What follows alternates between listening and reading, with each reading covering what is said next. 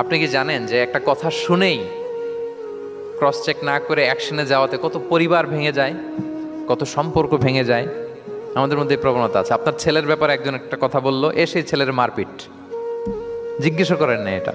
আপনার মেয়ের ব্যাপারে একজন এসে একটা বাজে কথা বলছে, এসেই আপনি মেয়ের সাথে খারাপ আচরণ।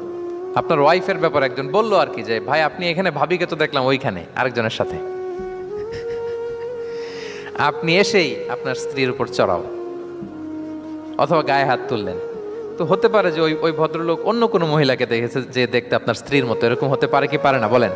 এই জন্য আল্লাহ তাআলা বলেন যে সোসাইটিটাকে যদি পিসফুল করতে চাও, ইদা জাআকুম ফাসিকুম বিনাবাইন ফাতাবায়ানু, নিউজ আসলেই বিশ্বাস করো না। You have to cross check, you have to justify, and you have to verify the news. মনে থাকবে?